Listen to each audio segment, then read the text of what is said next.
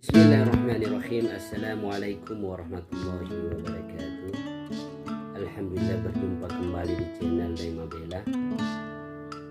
Jangan lupa subscribe, like, komen, dan share ya. Bella akan menampilkan video terbaru yaitu terkait tentang ceramah agama yang dibawakan oleh Al-Ustaz Arbain Nawawi MPD. Beliau dari Mubalik Bontang sekaligus guru MTS. Jangan lupa saksikan ya. Judulnya yaitu tentang masih ada kesempatan berbuat kebaikan dalam bulan mulia ini yaitu bulan Muharram. Masih ada waktu untuk berbuat kebaikan di sisa bulan Muharram. Jadi jangan lupa lewatkan video ini, saksikan dan nonton sampai selesai. Terima kasih, selamat menyaksikan. Assalamualaikum warahmatullahi wabarakatuh.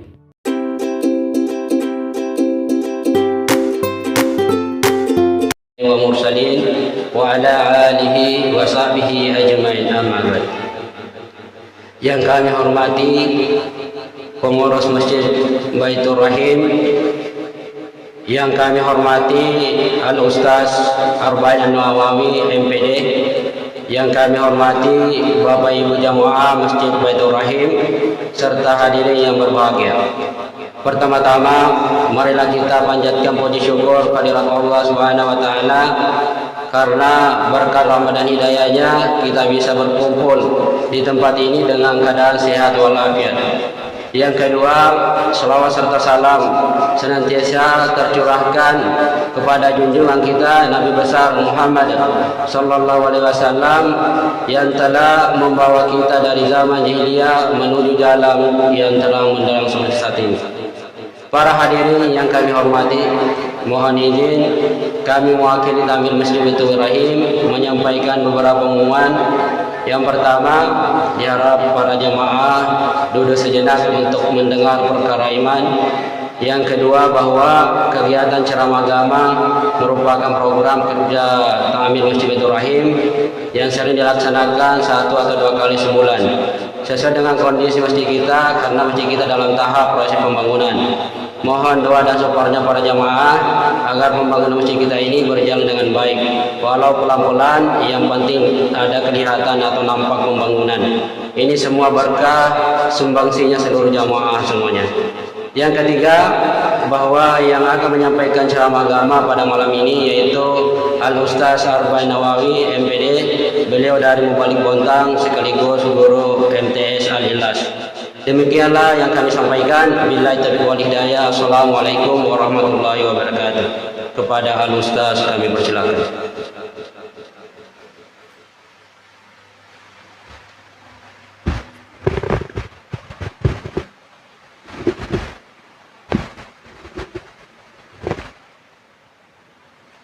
Bismillahirrahmanirrahim.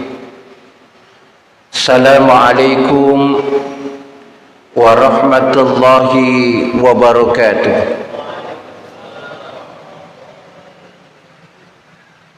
Alhamdulillah, wassalatu wassalamu ala rasulillah wa ala alihi wa sahbihi wa mawalah. La hawla wa la quwwata illa billah, amma ba'du. Bersyukur kita kembali kepada Allah dengan ucapan alhamdulillah dan berselawat kepada Rasulullah sallallahu alaihi wasallam dengan ucapan Allahumma salli ala Muhammad wa ala ali Muhammad. Bapak Ibu jamaah salat maghrib yang dimuliakan oleh Allah Subhanahu wa taala. Tadi ketika saya masuk agak sedikit stres. Kenapa? Biasanya pakai meja. Ini pakai podium. Biasalah kalau orang tua kalau sudah berdiri di podium itu tidak bisa terlalu lama. Rupanya gayung bersambut.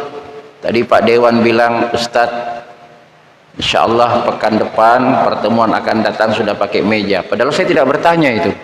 Subhanallah, rupanya yang ada di benak saya nyambung dengan Pak Dewan. Masih dalam suasana bulan Muharram, dan saat ini kita berada di pekan ketiga bulan Muharram. Andaikan materi ini sudah disampaikan, setidaknya semakin menambah kepemahaman kita terkait dengan Muharram, dan kalau belum, alhamdulillah kita dapat ilmu yang baru. Dan mohon Bapak Ibu, terutama ibu-ibu, disimak tausiah saya. Dan saya juga tidak lama insyaallah, karena tidak kuat berdiri. Biasanya di akhir tausiah mesti ada pertanyaan, tidak bisa jawab, terpaksa ceramah diulang lagi setelah sholat isya.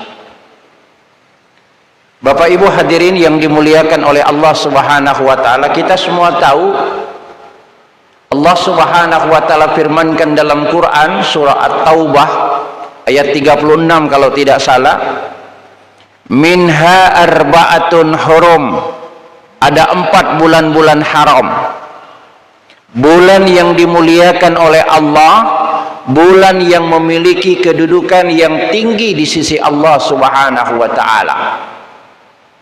4 bulan haram yang dimaksud, 3 berurutan dan 1 diapit dengan 2 Rabiul dan 2 Jumadil.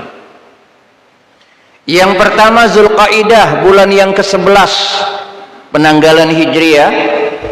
Kemudian bulan Zulhijjah, bulan 12, bulan Muharram yang kita jalani saat ini, dan yang terakhir adalah bulan Rajab. Dan di antara bulan haram ini termasuk di dalamnya bulan Muharram. Kenapa bulan Muharram termasuk bulan-bulan haram? Bulan yang mulia, bulan yang ditinggikan kedudukannya oleh Allah Subhanahu wa taala.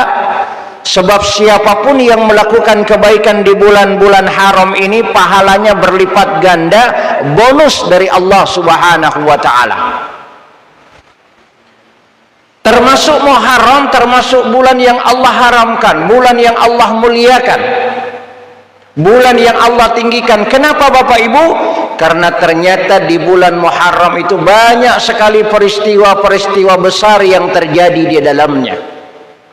Bahkan hampir semua Nabi dan Rasul Allah itu ada keterkaitan, ada hubungan dengan yang namanya bulan Muharram. Yang pertama, Nabiullah Adam itu diterima taubatnya di bulan Muharram. Kita semua tahu Bapak Ibu, salahnya Nabi Adam itu kan cuma 1. Makan apa Ibu? Buah apa Ibu? Buah huldi apa kedondong Bu? Buah huldi. Salahnya cuma 1, makan buah huldi. Allah Subhanahu wa taala keluarkan dari surga. Yang menggoda bukan syaitan sesungguhnya. Syaitan goda Nabiullah Adam tidak mempan. Lalu kemudian syaitan goda istri Nabi Adam, Hawa. Baru kemudian Hawa goda suaminya. Tergodalah Nabi Adam. Artinya apa Bapak Ibu? Waspadalah dengan yang namanya wanita. Tapi insya Allah kalau istri-istri kita istri soleha insya Allah. Sebab berapa banyak laki-laki yang terjatuh, terpeleset dalam kemaksiatan gara-gara pengaruh dari istri. Dipanasi suaminya, padahal gajinya, pangkatnya tidak seberapa tinggi. Dia sampaikan ke suaminya, Pak, coba lihat tetangga kita, pangkatnya lebih rendah dari kita, tapi mobilnya mobil baru itu plat putih. Masa kita masih kijang kotak 80-an? Panaslah suaminya. Akhirnya melakukan hal-hal yang tidak terpuji. Allah keluarkan Nabi Adam bersama dengan Hawa. Nabi Adam Allah turunkan di sekitar India. Lalu kemudian Hawa Allah turunkan di sekitar Jeddah. 100 tahun kemudian Allah pertemukan di Jabal Rahmah, di Arafah. Makanya di sana ada tugu Pak. Ya, Jabal Rahmah, bukit kasih sayang. Bertemunya Nabi Adam dengan Hawa 100 tahun kemudian. Hanya kalau kita berangkat haji atau umroh itu ada tugunya, dan tugu ini selalu dicoret-coret. Makanya yang kasihan tukang catnya Pak, selalu dia cat, selalu dia bersihkan. Kenapa? Dicoret-coret. Banyak yang memiliki keyakinan, jadi yang belum menikah ada yang dia incar, ditulis namanya sama calonnya, harapannya bisa disatukan oleh Allah. Ada juga sudah suami dengan istrinya, nama suaminya, nama istrinya dimasukkan. Harapannya sampai maut memisahkan. Ternyata di antara nama suaminya, nama istrinya, ada lagi nama satu wanita di bawah. Nanyalah istrinya, nama siapa itu Pak? Bilang suaminya, baru niat. Terkadang disalahgunakan. Maka apa yang terjadi Bapak Ibu hadirin? Nabiullah Adam Allah turunkan dari surga. Itu selama 40 tahun Nabi Adam bersujud. Selama 40 tahun Nabi Adam kepalanya tidak pernah diangkat, wajahnya tidak pernah kering dari air mata.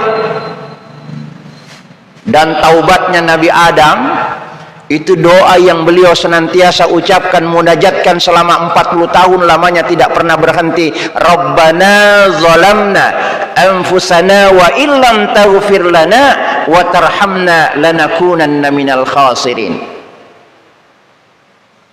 Ya Allah, ya Tuhan kami termasuk orang yang menzalimi diri kami. Manakala Engkau tidak memberikan ampun, tidak memberikan taubat, dan tidak memberikan rahmat kepada kami, maka kami termasuk orang-orang yang merugi. Makanya ini doa Pak Imam, siapapun di antara kita yang berdoa, doa ini jangan sampai lepas Pak. Ini taubatnya Nabi Adam. Subhanallah. Maka Allah terima taubatnya di bulan Muharram. Subhanallah. Yang kedua, Nabiullah Ibrahim alaihissalatu wassalam Allah selamatkan dari kobaran api yang membara, itu juga di bulan Muharram. Kita tahu Nabiullah Ibrahim, dia hancurkan sembahan-sembahan daripada Namrud laknatullah alaih. Rupanya ada yang melihat Pak. Ketika Namrud mau beribadah berserta dengan kaumnya, alangkah kagetnya, Tuhan-Tuhannya ada yang hancurkan. Rupanya ada yang lihat CCTV-nya, seperti itu kurang lebih Pak ya. Dipanggillah Nabiullah Ibrahim. Wahai Ibrahim, apakah engkau yang telah menghancurkan Tuhan-Tuhan kami? Ibrahim bilang, siapa bilang? Ada yang melihat engkau. Kata ini Ibrahim, jangan-jangan yang menghancurkan berhala itu berhala yang paling besar. Itu ada kampak di lehernya. Jangan-jangan dia iseng, dihancurkan itu adik-adiknya yang kecil-kecil. Marah Namrud, lalu kemudian Namrud berkata, apa engkau sudah gila? Itu kan tidak bisa bicara. Kata Ibrahim, yang gila itu saya apa ente? Sudah tahu tidak bisa bicara, kenapa disembah? Marah Namrud Bapak Ibu, diperintahkan kepada prajuritnya untuk mengumpulkan kayu bakar. Lalu kemudian setelah api berkobar besar, berkobar hebat, Nabiullah Ibrahim dilemparkan ke dalam api yang membara. Lalu kemudian Allah subhanahu wa ta'ala perintahkan kepada api untuk dingin. Apa kata Allah dalam Quran? Ya narukuni bardan wa salaman ala Ibrahim. Wahai api, dinginlah engkau dan selamatkan Ibrahim. Maka sehelai rambutnya pun tidak ada yang terbakar. Sehelai rambutnya pun tak ada yang terbakar Pak. Kenapa? Ibrahim yakin bahwa api tidak akan bisa membakar kecuali izin Allah. Api memang membakar, tapi kalau Allah tidak mengizinkan, api tidak akan bisa membakar. Itu iman Pak, itu akidah, itu tauhid. Kalau kita dilempar ke api Pak, baca ini ya narukuni bardan wasalaman ala Ibrahim, insya Allah gosong kita Pak. Kenapa? Karena kita yakin kepada api. Air sifatnya menenggelamkan, tapi kalau Allah berkehendak air tidak bisa menenggelamkan. Mana buktinya? Nabiullah Musa tidak tenggelam. Iya Pak ya. Air sifatnya mengalir dari tempat yang tinggi ke tempat yang rendah. Teori sainsnya begitu, mengalir dari tempat yang tinggi ke tempat yang rendah. Tapi kalau Allah berkehendak bisa saja melawan arus. Mana buktinya? Nabiullah Musa ketika dilarutkan di Sungai Nil itu melawan arus Pak. Melawan arus, subhanallah. Allah subhanahu wa ta'ala selamatkan Nabiullah Ibrahim itu di bulan Muharram. Mana lagi Nabi Yunus alaihissalatu wassalam, Allah subhanahu wa ta'ala juga selamatkan di bulan Muharram dari perut ikan Nun. Sebagaimana kita tahu Nabi Yunus ketika dia berdakwah ditantang ya oleh kaumnya, sampai-sampai menantang untuk diturunkan azab. Lalu kemudian Nabi Yunus alaihissalatu wassalam berkata kepada kaumnya, sebentar lagi Allah Subhanahu wa taala akan turunkan azab. Maka kemudian di dalam hati Nabi Yunus rupanya ada keraguan, Pak. Nabi Yunus berkata di dalam hati, lebih baik ini kampung, ini tempat, ini wilayah saya tinggalkan. Kalau sekiranya Allah tidak jadi turunkan azab, saya kan sudah tidak ada, saya tidak dikomplain. Rupanya ada keraguan sedikit. Pergilah Nabi Yunus naik kapal menyeberangi samudera. Di tengah lautan rupanya terjadi badai, dan orang-orang ketika itu berkeyakinan ketika terjadi badai pasti ada yang membawa kesialan. Maka diundilah, sampai 3 kali diundi, keluar nama Nabi Yunus. Akhirnya Nabi Yunus dilemparkan ke dalam samudera. Dilempar Nabi Yunus, itulah kata Allah dalam Quran, salasun zulumatun salas, 3 kegelapan. Gelapnya malam, gelapnya dasar laut, gelapnya di perut ikan. Mbahnya gelap, Pak. Maka Allah perintahkan kepada ikan Nun, riwayat yang lain mengatakan ikan paus, menelan Nabi Yunus. Allah perintahkan menelan saja. Kata Allah, telan saja, jangan dikunyah. Kalau dikunyah selesai itu cerita. Ditelan saja. Akhirnya Nabi Yunus selamat, dan di dalam perut ikan Nun Nabi Yunus bersujud, Pak, menyesali atas apa yang beliau lakukan, dan taubatnya Nabi Yunus, doa yang beliau munajatkan, la ilaha illa anta inni kuntu minaz zalimin. Nah, ini juga doa bagus, Pak, ini. La ilaha illa anta inni kuntu minaz zalimin. Tidak ada Tuhan selain Allah, maha suci engkau ya Allah, saya termasuk orang-orang yang zalim. Ini juga kalau berdoa, Pak, jangan sampai lepas. Ini taubatnya Nabi Yunus. Nah, kalau taubat kita banyak-banyak istighfar, astaghfirullahalazim, astaghfirullahalazim.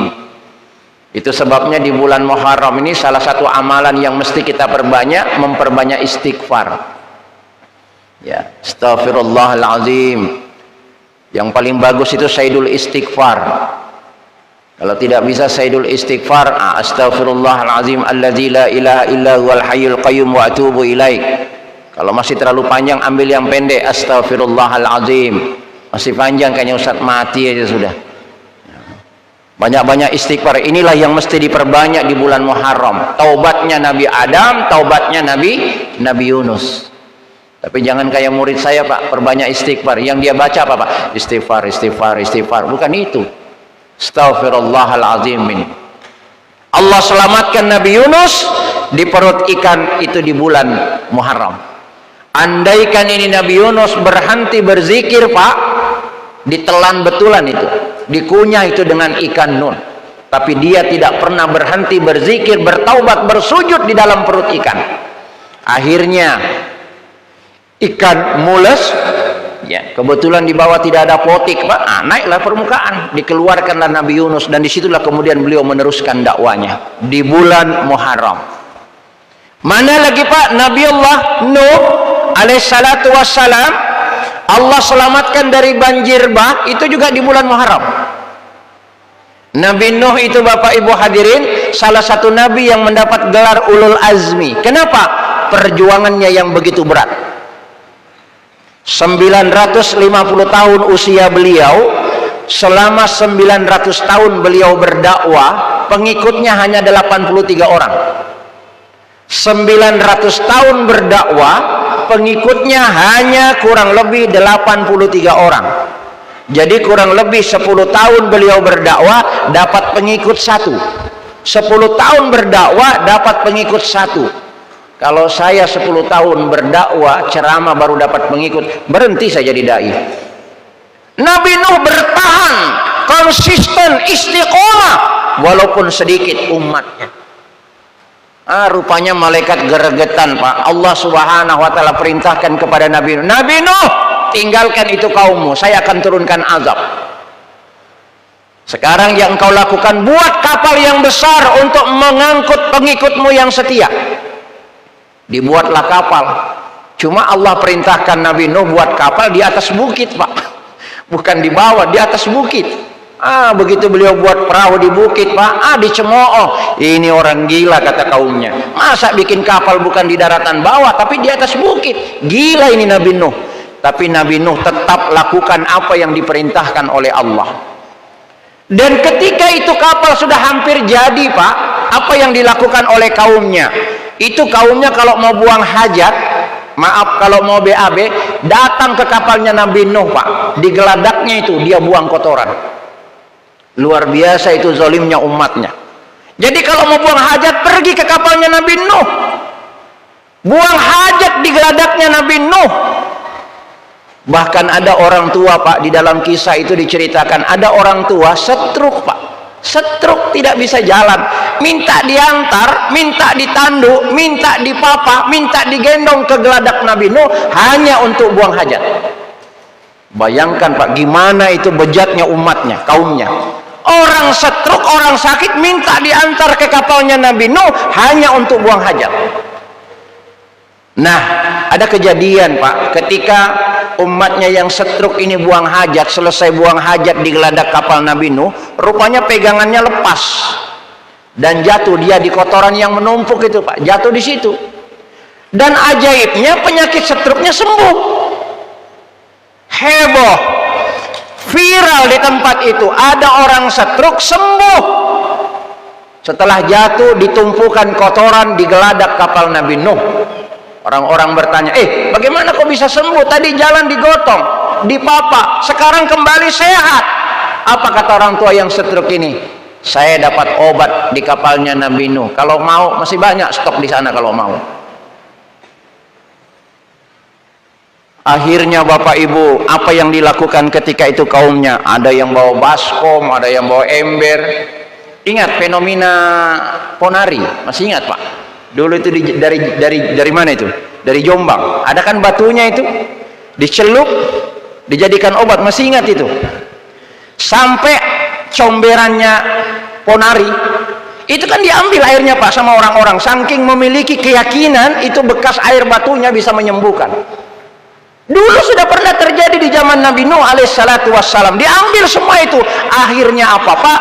Itu geladak kapal Nabi Nuh yang tadinya penuh kotoran manusia bersih. Mereka yang kotori, mereka juga yang bersihkan. Wa makaru wa makarullah. Mereka punya rencana, Allah juga punya rencana. Setelah selesai kapalnya, ngeceklah Nabi Nuh, dicek bagaimana kau pengikutnya, apa sudah masuk semua, bahkan binatang berpasang-pasangan beliau masukkan. Beliau tidak mau terima laporan di balik meja, dicek langsung di lapangan. Sudah cukup atau tidak, sudah masuk semua apa tidak. Nah, ini memberikan hikmah kepada kita, kalau memilih pemimpin itu pilihlah pemimpin yang tidak menerima laporan hanya di balik meja saja. Jadi cross check lapangan. Kayak anggota dewan kita, cross check lapangan. Jangan cuma ngomong. Kalau ngomong ini selalu manis. Nanti kalau saya jadi pejabat, jalan di sini rata dengan air masuknya. Ya. Kalau cuma lisan, tapi tindakan. Ya. Makanya kita bersyukur anggota dewan kita ini, saya yakin tidak lepas daripada campur tangan beliau. Ya. Jadi jangan cuma cerita, tapi juga aplikasi. Sebab ada juga anekdot ketika dia mau jadi kepala daerah, dia bilang, nanti kalau saya jadi pejabat pemimpin di sini, saya akan bikin jembatan. Ternyata di tempat situ tidak ada sungai, Pak. Kata orang-orang di situ, di sini tidak ada sungai, Pak. Kenapa mau bikin jembatan? Karena kalimat sudah terlanjur keluar. Beliau bilang, kalau begitu Pak, kalau saya jadi kita bikin sungai, baru kita bikin jembatan. Jama-jama buku. Nabi Nuh dicek satu-satu, sudah naik semua. Ternyata ketika kaumnya, umatnya sudah naik semua, ada yang belum naik. Siapa? Anaknya. Siapa anaknya, Pak? Kanaan. Makanya Kanaan itu sebenarnya Kanaan, Pak. Makanya kalau punya keluarga tinggal di Kanaan, hati-hati, matojo-tojo hati itu. Ya, Kanaan. Dipanggil anaknya, ya bunayya irkam mana.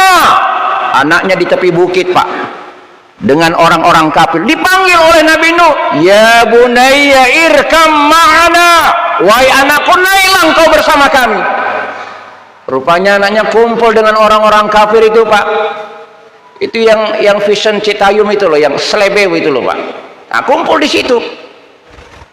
Apa kata anaknya Kan'an? Ayah, saya tidak mau ikut, saya selamat ini, saya akan panjat ini bukit. Kata Allah, engkau tidak akan selamat. Ternyata benar, anak Nabi Nuh Kan'an dibinasakan oleh Allah Subhanahu wa ta'ala. Apa pembelajaran yang bisa kita ambil, Bapak Ibu? Hati-hati, Ki. Jangan sampai kita sibuk ibadah, anak-anak terlupakan. Bukan berarti Nabi Nuh gagal mendidik anaknya, sampai di penghujung hidupnya itu beliau selalu ingatkan anaknya. Yang jadi masalah, apakah hari ini kita setiap saat mengingatkan putra-putri kita? Sebab kalau kita lalai dengan anak-anak kita, Bapak Ibu, biar bagaimana hebatnya ibadah kita, yang pertama masuk neraka itu kita, Pak. Bukan anak kita, orang tuanya dulu yang masuk nerakanya Allah. Makanya Allah ingatkan dalam Quran surah At-Tahrim ayat 6, ya ayyuhalladzina amanu qu anfusakum wa ahlikum nara. Wahai orang-orang yang beriman, jaga dirimu dan keluargamu. Dirimu dan keluargamu, tidak hanya diri kita, tapi juga keluarga kita. Insyaallah.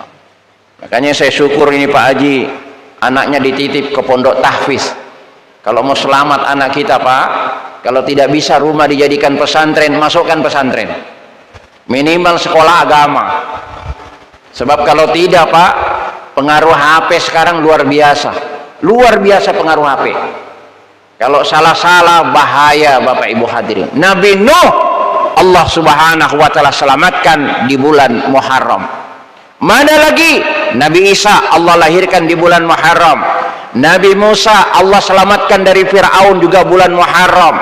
Nabi Zakaria lama tidak punya anak, Allah Subhanahu wa ta'ala berikan anak juga di bulan Muharram. Ternyata subhanallah, bulan Muharram ini banyak peristiwa-peristiwa besar, termasuk para nabi dan rasul Allah banyak berhubungan dengan yang namanya bulan Muharram.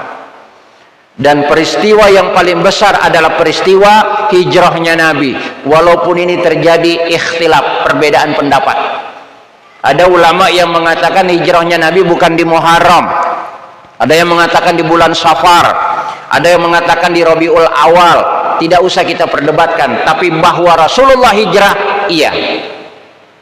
Dan luar biasa hijrahnya Rasulullah, penuh dengan perjuangan. Tidak bisa hijrah bersama-sama, bergantian, sembunyi-sembunyi. Satu-satunya sahabat yang hijrah dengan terang-terangan hanyalah Umar bin Khattab.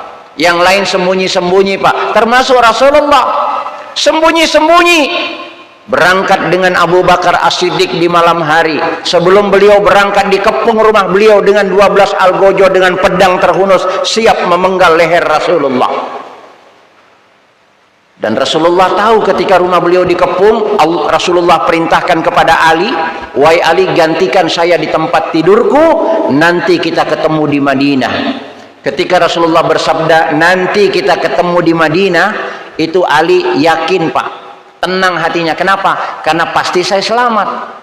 Walaupun ada algojo mengepung rumah Nabi, siap memenggal Rasulullah, saya menggantikan Nabi di tempat tidurnya, terancam saya terbunuh, saya pasti selamat. Kenapa? Nabi bersabda, nanti kita ketemu di Madinah. Jadi rupanya Ali ini tidur di tempat tidurnya Rasulullah, menggantikan Rasulullah, tenang saja, Pak, nyenyak tidurnya. Kenapa? Yakin dia selamat. Kemudian Rasulullah keluar bersama dengan Abu Bakar, yang dibaca oleh Rasulullah surah Yasin ayat 9. Wa ja'alna min baini aydihim saddan wa min khalfihim saddan fa'aghshaynahum fahum la yubsirun. Yang artinya kami adakan dinding di hadapan mereka, di belakang mereka, sehingga mereka tidak bisa melihat. Tertidur semua itu 12 algojo, Pak. Ditaburi pasir wajahnya oleh Rasulullah sallallahu alaihi wasallam, mereka tertidur pulas, tidak dilihat dan tidak dirasa ini Rasulullah keluar bersama dengan Abu Bakar. 12 algojo tertidur semua. Makanya kalau ada musim rajia, nah ini bocoran, Pak, kalau ada musim rajia, nah ini bagus ini ayat dibaca, surah Yasin ayat 9. Ya, baca ini Yasin ayat 9, baca 3 kali sebelum keluar rumah, kemudian lengkapi motor dan surat-surat, insya Allah aman. Selamatlah Rasulullah. Tapi hanya sekejap, rupanya dikejar, begitu tersadar, datang dobrak rumahnya, ternyata yang dilihat di tempat tidur Ali. Dikejar itu Nabi. Akhirnya Rasulullah bersama dengan Abu Bakar sembunyi di dalam sebuah gua. Gua apa Pak? Gua Sur. Ini kalau Pak Haji Nurjung udah tahu nih bagaimana sempitnya itu Gua Sur. Sembunyi Rasulullah. Dan cuma ada di situ Gua Sur, dan pasti orang yakin sembunyi di situ. Tapi subhanallah, Allah Subhanahu wa taala menyelamatkan orang yang terkasih, yang tersayang, kekasih beliau Rasulullah. Di depan gua Allah pasang itu sarang laba-laba. Jadi orang kafir yang mengejar beliau, tidak mungkin ada manusia, kalau ada manusia di dalamnya pasti rusak ini sarang laba-laba. Tidak rusak. Di dalam Gua Sur itu ada lubang kecil Pak. Ini Abu Bakar As-Siddiq saking sayangnya dengan Nabi, itu lubang kecil ditutup dengan tumitnya Pak. Takut kalau ada binatang-binatang berbisa. Karena di padang pasir itu Pak, kalajengkingnya, ularnya itu lebih berbisa daripada ular kobranya Indonesia. Lebih berbisa daripada ular-ular yang ada di Indonesia. Binatang-binatang lebih berbisa, binatang-binatang yang ada di padang pasir. Cuma satu yang dikala binatang yang ada di Indonesia, buaya, tapi buaya darat Pak. Itu yang paling ditakuti. Itu ditutup lubang itu Pak. Apa yang terjadi? Kakinya Abu Bakar disengat. Riwayat yang lain mengatakan kalajengking, ada juga yang mengatakan ular berbisa. Digigit kakinya Pak. Itu saking sayangnya dengan Rasulullah, takut Rasulullah terbangun dari tidurnya, itu sampai bibir beliau digigit Pak, tidak mau bersuara. Riwayat yang lain mengatakan lidahnya itu tergigit berdarah-darah Pak, tidak mau gerak pahanya, khawatir Rasulullah terbangun. Karena saking sakitnya Bapak Ibu, itu menetes air matanya Abu Bakar menahan rasa sakit, menetes di pipi Rasulullah, terbangunnya Rasulullah. Kata Rasulullah, ada apa wahai Abu Bakar? Saya tersengat binatang ya Rasulullah. Diusap oleh Nabi atas izin Allah, langsung sembuh. Tak jadi maculu-culu, tidak jadi. Allah selamatkan. Itu luar biasa Abu Bakar Pak.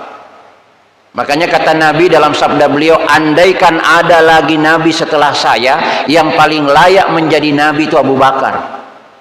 Tapi tidak ada lagi Nabi setelah Rasulullah. Wajib hukumnya untuk kita tidak percaya kalau ada yang mengaku sebagai Nabi. Ternyata sekarang terbukti Pak, banyak yang mengaku sebagai Nabi. Di zaman Rasulullah kan ada Musailamah Al-Kadzab mengaku sebagai Nabi. Nah sekarang juga banyak yang mengaku sebagai Nabi. Kita masih ingat fenomena Gavatar, masih ingat Pak? Ahmad Musaddiq, pelatih bulu tangkis dari Bogor, mengaku sebagai Nabi, katanya dapat wahyu di Bogor. Setahu saya talas Pak di Bogor, dapat wahyu katanya.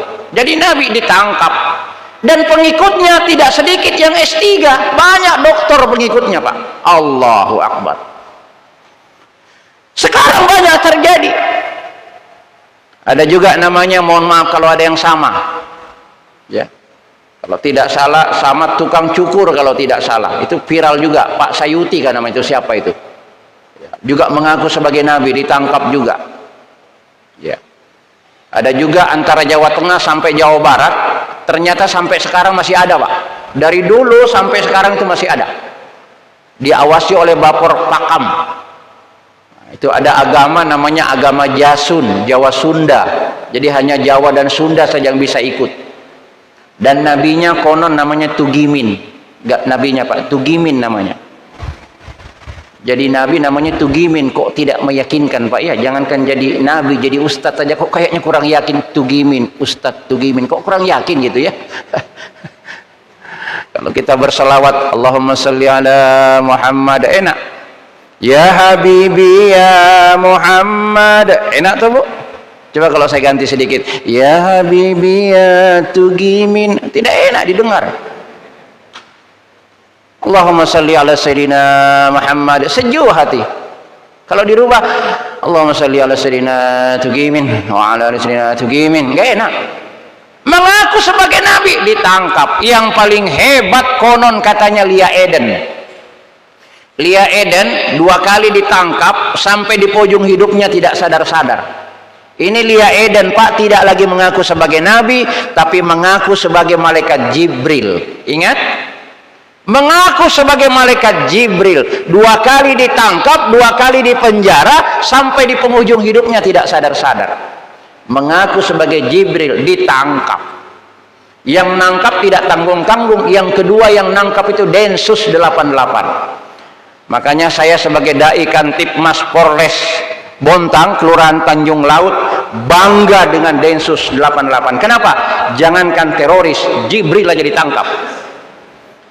Itu Lia Eden ditangkap Pak, Masya Allah.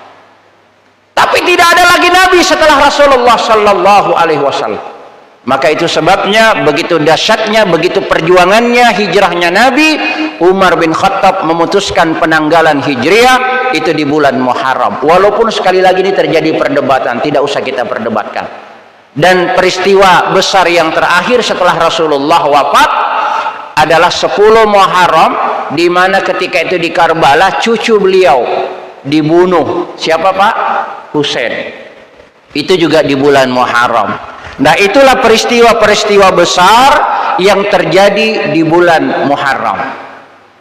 Lalu pertanyaan yang muncul kemudian, karena Muharram tinggal kurang lebih 8 hari lagi ke depan, apa mestinya amalan yang kita perbanyak? Jawabannya Bapak Ibu, semua amalia, semua ibadah di bulan Muharram ini mesti kita tingkatkan. Baik kuantitasnya, jumlahnya, maupun kualitasnya kita tambah. Semua amalan. Akan tetapi dari semua amalan itu Bapak Ibu, ada amalan-amalan khusus yang mesti kita perbanyak di bulan Muharram ini. Masih ada waktu kurang lebih 8 hari atau 7 hari. Apa itu? Yang pertama, saum, puasa. Makanya Nabi Sallallahu Alaihi Wasallam bersabda, afdalus saum ba'da Ramadan saumul syahrillah Muharram. Tidak ada puasa yang lebih afdal setelah Ramadan kecuali puasa di bulan Muharram. Jadi setelah Ramadan itu Pak, puasa yang paling bagus itu di bulan Muharram. Makanya di bulan Muharram itu silakan memperbanyak puasa. Ya, tapi jangan juga sebulan. Kalau sebulan menyamai Ramadan, mungkin 28 hari silakan, mau 27 hari silakan. Tidak bisa ambil puasa Nabi Daud. Tidak bisa juga ambil puasa Senin Kemis. Tidak bisa juga ambil puasa Ayyamul Bid.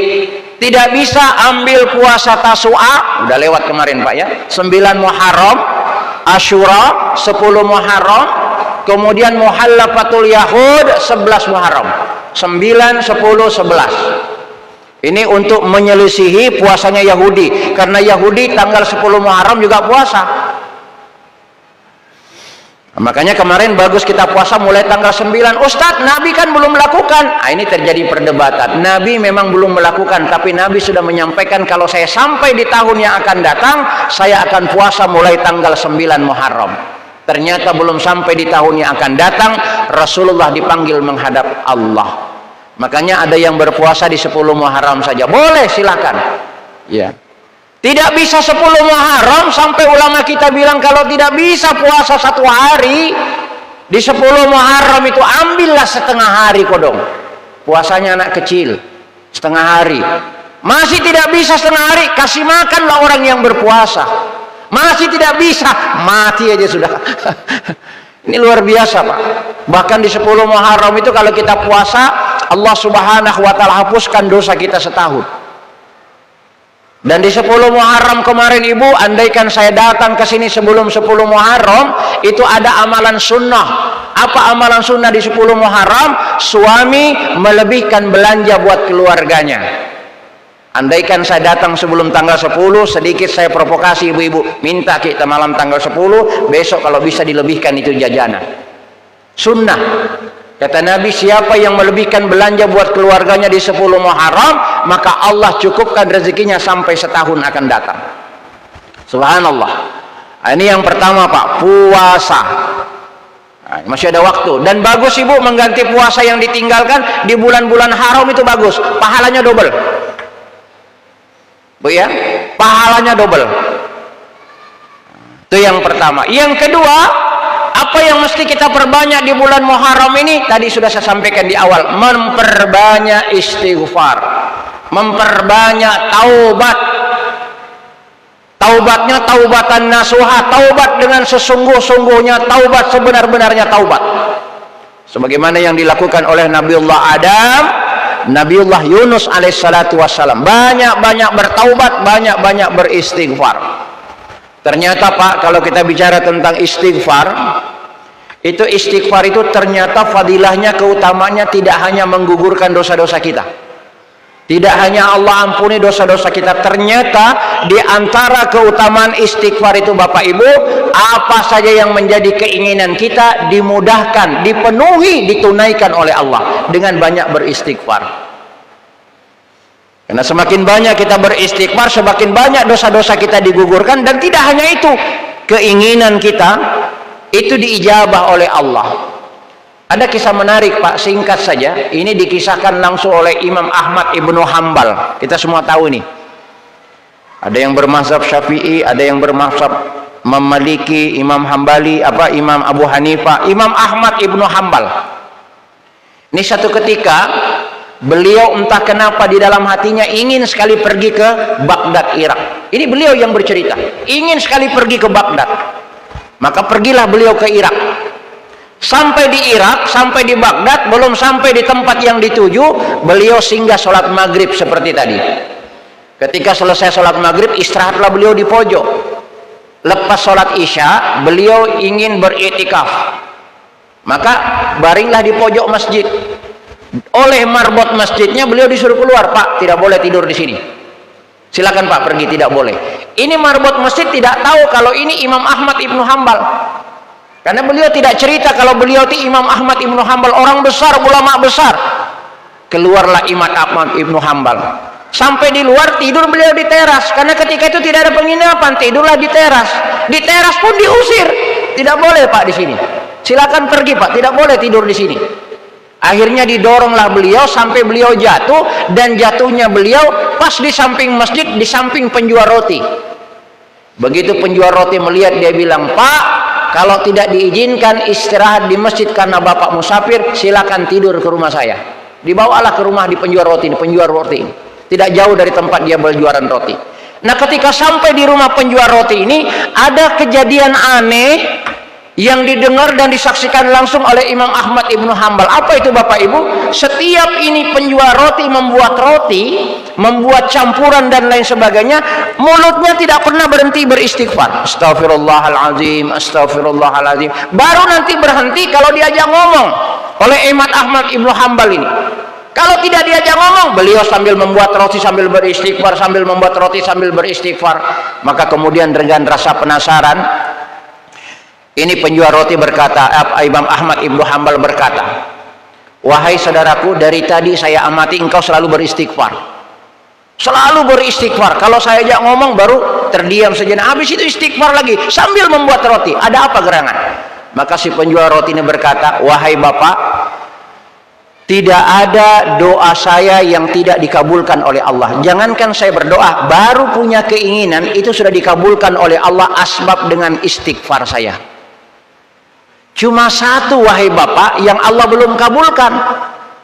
Semua keinginan saya, semua hajat saya, jangankan saya berdoa, baru terbesit di dalam hati itu sudah dikabulkan oleh Allah dengan istighfar ini.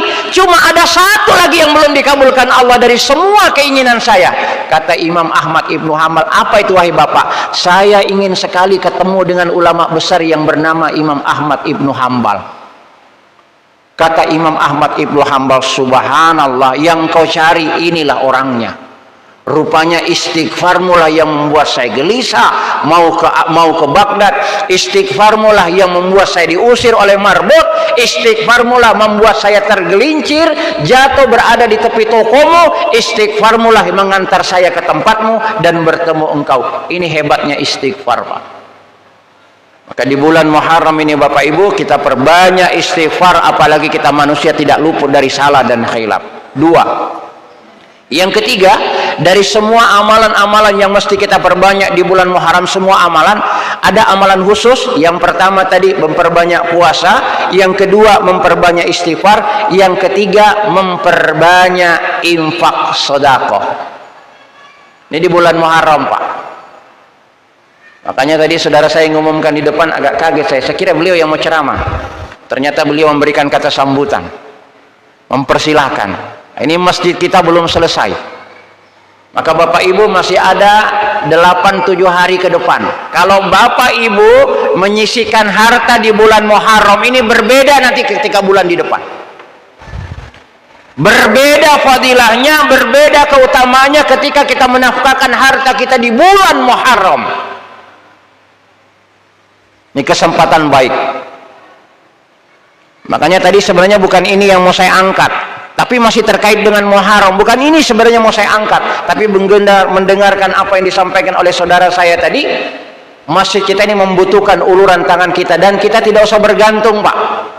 Tidak usah bergantung kepada makhluk, menggantung kepada pemerintah daerah, nggak usah. Ya, biar kita saja, insya Allah rumah Allah tidak mungkin keteteran. Asal kita punya azam, kita punya niat yang kuat, ikhtiar, insya Allah ini masjid selesai. Bahkan kalau saya melihat inilah masjid yang tercepat, ya Pak ya, tercepat. Ya. Hanya beberapa bulan kondisinya sudah seperti ini, luar biasa. Tapi saya kira Bapak Ibu, sekalipun sudah banyak berinfak, bersedekah, saya menitipkan pesan kepada kita semua, ini bulan Muharram, bulan yang bagus, bulan haram, bulan yang Allah muliakan, bulan yang Allah tinggikan. Ketika kita menyisihkan harta kita, jauh lebih berharga, jauh lebih dimuliakan oleh Allah, lebih tinggi keutamaannya Allah subhanahu wa ta'ala, pahala yang Allah subhanahu wa ta'ala berikan kepada kita. Mudah-mudahan kita semua yang hadir pada kesempatan yang berbahagia ini, Allah subhanahu wa ta'ala senantiasa istiqomahkan kita dalam ketaatan. Kita semakin paham bagaimana banyak peristiwa besar terjadi di bulan Muharram ini, dan amalan-amalan yang mesti kita perbanyak. Mari kita perbanyak Bapak Ibu hadirin. Dan di antara amalan yang kita perbanyak, mari kita khususkan amalan-amalan seperti puasa sunat, lalu kemudian memperbanyak istighfar, dan memperbanyak infak sedekah, membelanjakan harta kita di jalan Allah subhanahu wa ta'ala. Kerannya sudah ada. Mana kerannya? Ini masjid, tinggal diputar saja. Bagaimana kita sisihkan harta kita untuk melanjutkan pembangunan rumah Allah subhanahu wa ta'ala. Semoga kita termasuk hamba Allah yang mendapatkan keberkahan di bulan yang mulia ini, bulan haram. Amin ya rabbal alamin. A'udzubillahi minasyaitonir rajim. Bismillahirrahmanirrahim. Alhamdulillahi rabbil alamin, hamdas syakirin, hamda yuwafi ni'amahu wa yukafi mazidah. Ya Rabbana lakal hamdu kama yanbaghi li jalali wajhikal karim wa azimi sultanik. Allahumma salli wa sallim wa barik ala Muhammadin wa ala alihi wa sahbihi ajma'in. La ilaha illa anta subhanaka inna kunna minaz zalimin. Allahumma ighfir lana dhunubana wa liwalidina warhamhuma kama rabbayana shighara, wa li jami'il mu'minina wal mu'minat wal muslimina wal muslimat al ahya'i minhum wal amwat bi rahmatika ya arhamar rahimin. Allahumma arinal haqqa haqqan warzuqna ittiba'ah, wa arinal batila batila warzuqna ijtinabah. Allahumma inna la dzikrika wa syukrika wa husni ibadatik.